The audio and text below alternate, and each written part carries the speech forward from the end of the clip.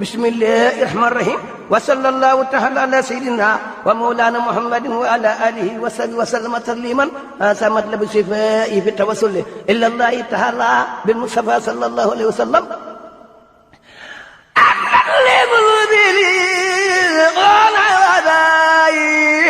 وامضي للدماء والدواء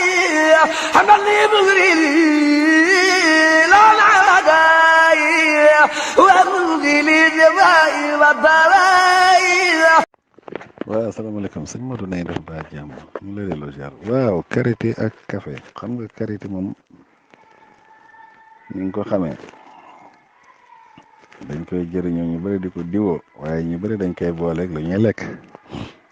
gis nga am na ñoo xam ne ni ñuy def beurre bii noonu lañ koy def waxoon nañ ko fii waxtaanoon nañ ci ay yoon am ñu ci dugg sax waxoon ci yu bëri ndeysaan manees na ko def comme beurre nii ci mburu di ko jëfandikoo manees na ko def ci lu tàng looy lekk wala looy naan sa fonde nga dagg ci ab dagg bu yem waaw bu ndaw def ko ci yëngal ko mu rëy nga naan sa ndox mu tàng sax nga def ko ci mu rëy nga naan sa meew nga def ko ci mu rëy nga naan sa café noonu loolu mën a nekk kon boole koog lu tàng looy naan toujours nga di ko naan loolu baax na trop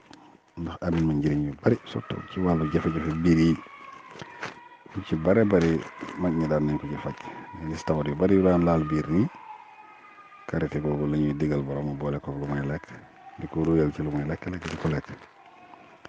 wala mu ruyal ko ci lu tàng rek lu mën a doon nag xëy na café da nga tudd café am na ñi nga xam ne xëy na café gën a jege ci ñoom moo tax ñu da ko def ci café waaye du café lañ koy boole rek di ko def mboolem lu tàng ba ci li ngay lekk nii waaw yooyu yëpp dañ koy boole moom di ko jëfandikoo